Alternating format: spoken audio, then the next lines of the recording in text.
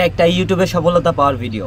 আমরা সবাই সফলতার গল্প শুনতে বেশি পছন্দ করি। ভিডিও মেকিং কারোর জন্য শখ, কারোর জন্য পেশা, কারোর জন্য বা নেশা, কিন্তু আমার জন্য video making obsession, pure obsession.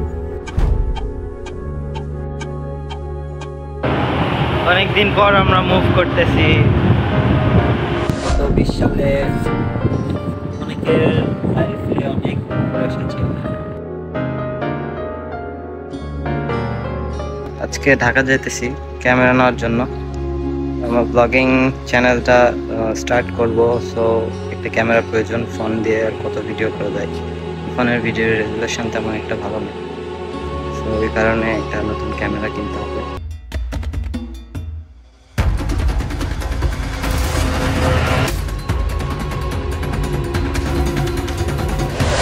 আপনি কোনো একটা জিনিসের প্রতি যখন প্যাশনেট, তখন আপনি সেটা মন থেকে এনজয় করেন, কিন্তু আপনি যখন কোনো একটা জিনিসের প্রতি অবসেস, তখন আপনি যে কোনো মূল্য চুকাইতে রাজি থাকেন। 2020 সালে যখন আমি ভিডিও মেকিং শুরু করি, ভিডিও প্রোডাকশন কিভাবে করতে হয় সেটা আমি জানতাম না। Proper gear, resource, film making knowledge কোনোটাই ছিল না আমার। অ্যাকর্ডিং টু পাড়া প্রতিবেশী, আত্মীয় স্বজন, বন্ধু বান্ধব, there is no future in making videos, at least not for me.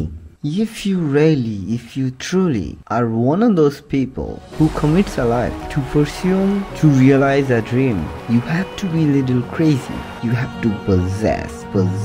So I set myself on a journey to prove them no. Filmmaking knowledge নাই, এডিটিং পারি না, তো এগুলো শিখতে হবে। গিয়ার্স নাই, তাহলে সেগুলো ম্যানেজ করতে হবে। আমি নিম্ন মধ্যবিত্ত ফ্যামিলির বড় সন্তান। আমার পক্ষে এই স্কিলগুলোর পেইড কোর্সগুলো টুকটাক করে কিনে ফেলা সম্ভব ছিল না। When you are truly obsessed with something, that time you will do that anyway. সেখানে অজুহাত দেওয়ার কোনো ওয়ে আসলে থাকে না। ক্যামেরা, মাইক্রোফোন, ট্রাইপড না থাকলে শুধুমাত্র একটা মোবাইল দিয়ে শ্যুট করা যায়। ভিডিও এডিটিংয়ের জন্য পিসি না থাকলে শুধুমাত্র একটা মোবাইল দিয়ে ভিডিও এডিটিং করা যায়। এডিটিং শেখার জন্য এক্সপেন্সিভ কোর্স এফোর্ড না করতে পারলে ইউটিউব থেকে এডিটিং শেখা যায়। ইউটিউবে রিসার্চ করে ইউটিউবের অ্যালগোরিদম ক্র্যাক করা যায়। ফ্যান্সি RGB লাইট না থাকলে রুমের রেগুলার লাইটগুলোকে বিভিন্ন কালারের শপিং ব্যাগে মুড়ে RGB লাইট বানানো যায়। সাউন্ডপ্রুফ স্টুডিও না থাকলে বারবার করে রিটেক নেওয়া যায়। সাউন্ডপ্রুফ স্টুডিও না থাকলে আপনাকে হয়তো বা এরকম ছাদে এসে বা বাসার ভিতরে আপনাকে ভিডিও মেক করতে হতে পারে। প্রপার রিসোর্সের অভাবে বসে না থেকে হাতের কাছে যা আছে সেটা দিয়েই আধামাদা করে সম্পূর্ণ করাকেই রিসোর্সফুলনেস বলে। As like most of the people, আমার রিসোর্স ছিল না বললেই চলে, কিন্তু আমার রিসোর্সফুলনেস ছিল। আশেপাশের যে কোনো জিনিসকে কাজে লাগিয়ে কোনোভাবে ম্যানেজ করে নিতাম। But obsession always comes with a cost, it's comes with sacrifices. ভাবেন, আপনার 1 পয়সা আয় হয় না ভিডিও বানায়া, কিন্তু তারপরও সব জায়গায় আপনি আপনার ক্যামেরাটা নিয়ে ঘুরতে থাকেন এবং বিভিন্ন রকমের ক্লিপ নিচ্ছেন। আপনি জানেনও না এই বিরোলের ক্লিপটা কখন, কোন জায়গায়, কোন ভিডিওতে আপনি কাজে লাগাবেন।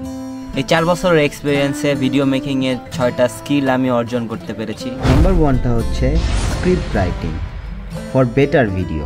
একটা ভিডিওর জন্য গুড স্ক্রিপ্ট র মেটেরিয়ালের কাজ করে। আপনার র মেটেরিয়াল যেমন কোয়ালিটির হবে, আপনার ভিডিওর ফাইনাল প্রোডাক্টটাও ঠিক তেমন কোয়ালিটিরই হবে। নাম্বার 2 হচ্ছে story telling for more views. Story telling অনেক বড় একটা ইম্পর্টেন্ট থিং ভিডিও মেকিংয়ের ভিতর। স্টোরি টেলিংয়ের স্কিল যত ভালো আপনার ভিডিও তত বেশি ইন্টারেস্টিং হবে। একটা ভিডিওতে আপনি কত সুন্দরভাবে স্টোরিটা এক্সপ্লেন করতেছেন, এটাও ম্যাটার করে আপনার দর্শক কতক্ষণ স্টে করবে আপনার ভিডিওতে। থার্ড নাম্বার হচ্ছে ফটোগ্রাফি ফর বেটার এস্থেটিক্যালি আপনার ফ্রেমিং, আপনার অ্যাঙ্গেল যত সুন্দর হবে ভিডিও দেখতে তত সুন্দর লাগবে। ফটোগ্রাফি স্কিল ভালো থাকলে আপনি সহজেই বুঝতে পারবেন যে আপনার কোন অ্যাঙ্গেল থেকে ভিডিওটা নিলে ভালো লাগবে, কোন অ্যাঙ্গেল থেকে দর্শকদের চোখ আকর্ষণ করবে। ফোর্থ নাম্বার হচ্ছে editing, again for better video and more engagement. Video editing এমন একটা কাজ যেখানে আপনার সব রকম স্কিল একসঙ্গে যোগ করে আপনি একটা ফাইনাল প্রোডাক্ট রেডি করবেন। এখানে আপনাকে এক্সট্রা মিউজিক ইউজ করতে হতে পারে, সাউন্ড ইফেক্ট ইউজ করতে হতে পারে, আপনার ফ্রেমিং বা আপনার এ রোল বা বি রোলের কোথায় আপনার মিস্টেক আছে, এ রোলের মিস্টেক আপনি বি রোল দিয়ে ঢাকতে পারবেন। অনেক রকমের কাজ আপনি এখানে করতে পারবেন। আপনার ভিডিওকে এঙ্গেজিং বানাইতে গেলে আপনাকে বেটার একটা ভিডিও এডিটিং করতে হবে, তো এডিটিংটা জানা খুবই গুরুত্বপূর্ণ। এবং তারপরে 5th number, graphics design for better thumbnail. আজকের দিনে থাম্বনেলের গুরুত্ব কতটা আশা করি সেটা সবাইকে বুঝাইতে হবে না। আপনার ভিডিও প্লে করার আগে আপনার ভিডিওটা জাজমেন্ট করা হবে থাম্বনেলের মাধ্যমেই।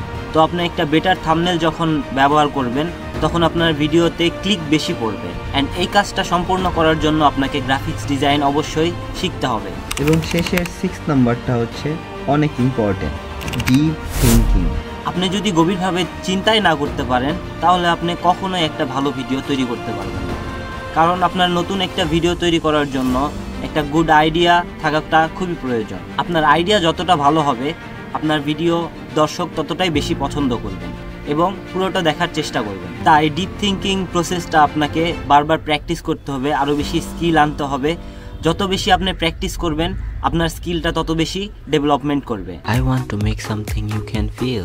I don't want to make videos. I want to make true cinematic emotions that make people something real. I have always looked for the answer to do that. আপনিও যদি তেমন কিছু বুঝছেন তাহলে you are in right place. I want to make something that you can feel, something that stands the test of the time. Hollywood অথবা Bollywood movie ডিরেক্টরদের মতো আমার কাছে প্রফেশনাল ইকুইপমেন্টস নাই, But I just want to try something different.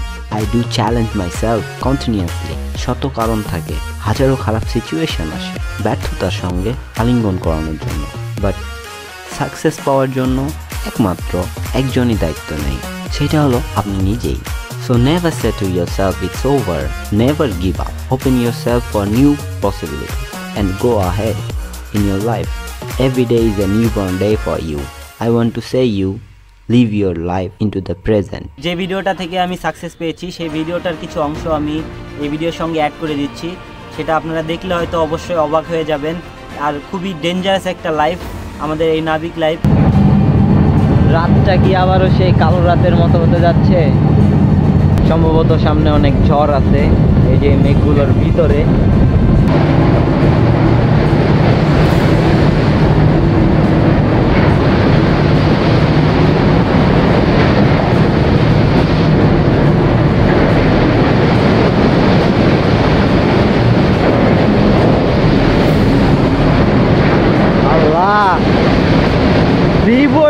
ডুবাই যাচ্ছে।